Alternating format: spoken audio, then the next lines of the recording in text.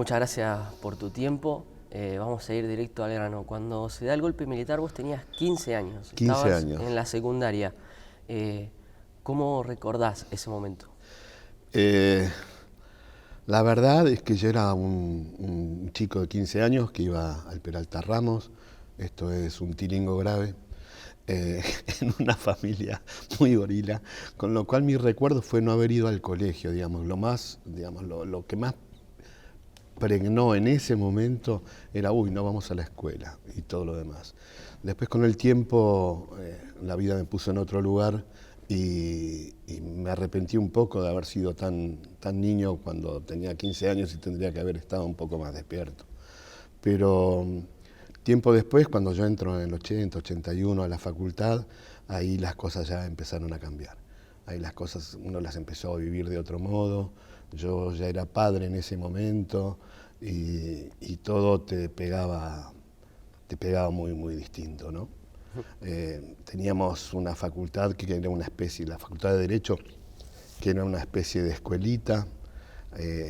Había un examen de ingreso en el cual se anotaban 800, 1000 tipos y entramos 50 ese año, con lo cual había cada curso era un aula. Y teníamos recreos y era algo tan alejado a la idea que tenemos ahora o a lo que es ahora una universidad, una facultad, que fue como una especie de seguir en la secundaria, cuando estábamos en la facultad.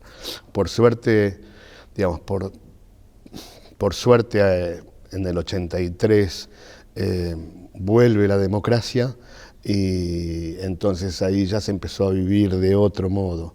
Ya empezaron las discusiones, ahí empezó la política, ahí tuvimos la posibilidad de votar por primera vez en el 83. Digamos, cambió, hubo como una especie de primavera extraordinaria, ¿no? ¿Cómo era una clase normal ahí en el 81, por ejemplo, cuando empezaste? Entrabas, tomaban lista, había un bedel que tenía, era en el San Alberto esto, estaban los vidrios pintados de gris, viste, que no se veía para un lado y para otro, pero este bedel había hecho huequitos con, no sé, con una gilet o algo, entonces te espiaba de afuera durante las clases. Vos llegabas, te tomaba asistencia, entraba el profesor y daba los 40 minutos, 45 minutos. Y después timbre y al recreo. Digamos, era de verdad, era raro. ¿No había esa posibilidad de una facultad normal de ponerse a discutir, conversar los temas? Nada, no había temas para conversar. Salvo honrosísimas excepciones, casi todos los profesores que me tocaron venían de un lugar muy afín con el gobierno militar. Hemos tenido profesores militares, era la oscuridad, ¿no? De todas maneras ahí había gente que salvaba la ropa. ¿Te referís a compañeros? No, me refiero a profesores y a compañeros, ¿no? A mí me tocó la suerte de tener una promoción de gente muy, muy ecléctica, desde el flaco Teddy Fernández a Alfredo de Leonardis, que ahora es juez penal. Tuvimos mucha gente muy piola. ¿Y cómo era la forma de relacionarse con tus compañeros, en esos recreos que tenían? Mar del Plata es chiquito, muchos nos conocíamos desde la escuela 10 y nada, era como ir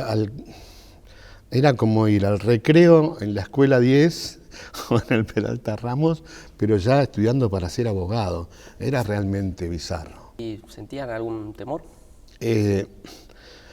Yo sentí temor durante la dictadura porque mi viejo era rector de una escuela secundaria, entonces permanentemente había amenazas. No por la militancia de mi viejo, que no era un tipo militante, pero sí por la independencia de mi viejo. Entonces nunca sabíamos si lo estaban puteando de la derecha, si lo estaban puteando de la izquierda o si lo estaban puteando los alumnos de la escuela. Pero se vivió con alguna intensidad eso de que me tenían que llevar hasta la escuela, que no podía ir en bondi como el resto de los pibes. A la vuelta sí volvía porque volvíamos todos juntos, ¿viste? Tomamos el colectivo, pero a la mañana temprano había como una cosa de reparo, de ojo, por las dudas te llevamos. ¿Se conversaba eso en casa? Sí, de tener cuidado? sí, se conversaba.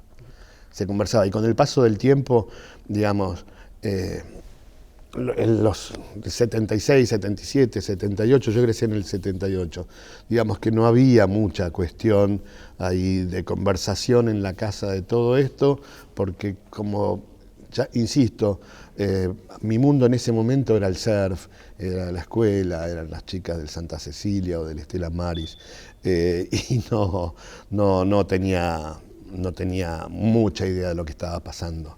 Ya a partir del 78 fue otra cosa. Y fueron años muy duros de la dictadura, 78, 79. ¿Y en el ámbito universitario vos pensaste en dejarlo en algún momento? No, nunca pensé en dejarlo porque la verdad es que era una escuelita. Digo, el 80, el 81, yo había sido papá en el 79, ya tenía un pibe y yo quería dar materias, todas las que pudiera, en el menor tiempo posible y recibirme. Mi viejo era abogado, entonces recibirme para viajar a surfear y mantener a mi familia, ¿no? Más allá que mencionaste que había algunos profesores que eran militares, ¿había presencia en la universidad? Servicios sí. Sí, lamentablemente años después tocó ver muchos de supuestos compañeros que en realidad nos enteramos que no eran compañeros, sino que eran service, que iban ahí y bueno, nada, pasarían sus informes, no sé, harían lo que hacen los servicios. Ahora van y tiran piedras en el obelisco. ¿Alguno de tus compañeros has visto que han desaparecido, que han tenido inconvenientes ahí por cuestiones de la universidad? Algunos amigos de la época, algunos conocidos tuvieron problemas, sí, algunos fueron chupados, pero por su laburo, por lo que hacían en la secundaria. Había 2 o 3 que eran de la UES, que los tuvieron 3, 4 días y la pasaron muy mal. Pero ya te digo, durante mi paso por la facultad, ya venía menguando digamos, el horror y se venía abriendo paso lo que después fue la democracia, ¿no? ¿Cómo fue ese cambio cuando volvió la democracia? Y fue extraordinario, fue extraordinario porque veníamos de una cosa muy, muy, muy oscura, veníamos de un relato único, veníamos de una cosa tan poco empática, tan poco solidaria, ¿viste? El algo habrán hecho, había pregnado mucho y de a poco se fue abriendo paso esta cuestión. Y recuerdo patente el día que fuimos a votar, yo voté a don Ricardo Alfonsín, que fue una fiesta, y que después, el 10 de diciembre, de verdad, yo lo recuerdo como un hito, ¿no? en mi vida. Y en la universidad imagino que también cambió. Y después cambió todo, sí, de a poco, pero fue cambiando todo. Empezaron los concursos para los profesores, digamos, se abrieron más cátedras, volvió gente que había estado prohibida en su momento. ¿Cómo era el tema del contenido a la hora de estudiar? ¿Te asignaban libros, te asignaban módulos? No, eso es como, yo creo que hoy sigue así todavía.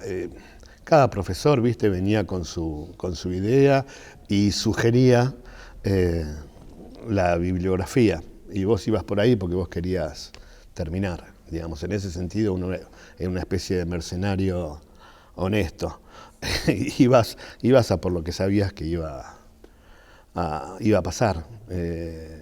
Digamos, en mi caso, yo quería terminar, yo quería ser abogado y quería rápidamente sacarme de encima esa etapa. Después no lo cumplí, porque cuando hice la carrera muy rápido, di como 31 materias de las 36 en 3 años y poco, y después dejé 5 años. Y las últimas 5 las di 5 años después. Bueno, pero te recibí. Sí, pero me recibí. Como una persona así de la cultura, si bien eras adolescente, adulto joven en la época de dictadura, ¿cómo te impactó el tema de la censura? No, y la censura, digamos, estaba el tema, un poco el himno era el tema este de Baglietto. La censura no existe, mi amor, que iban, viste, bajando de palabras, que decía la censura no, la censura. Lo veíamos, y bueno, y circulaban los cassettes de Silvio Rodríguez y de Pablo Milanés, y de los Quilapayún, pudimos ver a los Jaivas, digo, era toda una cosa subterránea, ¿no? O sea que impactaba, y sí, impactaba quizás para el mainstream, pero los que teníamos ciertas inquietudes, todo lo demás, teníamos a la mano toda la data. El tema de películas, ¿podías ver con normalidad? No se veían, estaban cortadas. Estaba el amigo Paulino Tato que se cansó de cortar películas. Es más, Ulises Dumont protagoniza una peli donde hace Paulino Tato. Pero esto era la parte más dura, digamos, de la dictadura. Después pasamos de la censura de Paulino Tato al destape español, ¿viste? Pasamos directamente, digamos, hicimos una especie de hermoso péndulo de un lado a otro, y así que bueno, ahí se mezcló todo, ¿no? Pero había amigos, por ejemplo, Fabián Levenglick con Guillermo Cuitca, que ellos tenían la posibilidad y cruzaban a Montevideo a ver las pelis. ¿Sentís que te impactó mucho en tu vida esa época? La verdad, yo fui un tipo muy afortunado, porque no nos golpeó directamente a la familia. Con el tiempo, yo creo que con el tiempo cada vez me está afectando más. En ese momento no. Yo fui papá con 18 años y entonces tenía mucha cosa y ya estábamos saliendo de la dictadura y después vino Malvinas y después los 80s, ¿no? Así que no, tuve suerte, no, insisto, ahora con el tiempo me afecta más de lo que me afectaba en ese momento. ¿Por qué crees que es eso? ¿Por más información? ¿Por la madurez propia de tu vida? Sí, porque tengo 6 hijos y 8 nietos.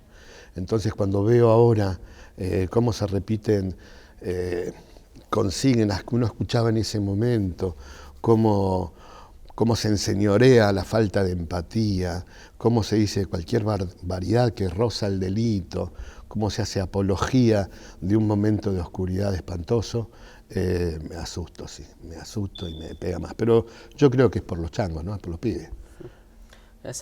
Uno ya está, digamos, ya tengo 62, digo, no, pero me aterra escuchar algunas cosas. Sobre todo en este año que celebramos los 40 años de sí, la democracia. Sí, pero parece, viste, que algunos no hubieran aprendido nada. Parece que tuvieran una memoria tan corta, porque si estamos hablando de la dictadura 40 años después, pero hay gente que sigue de alguna manera ensalzando cuestiones que nos llevaron a la dictadura, o que nos armemos, que digamos esto de salvarse solo, la violencia como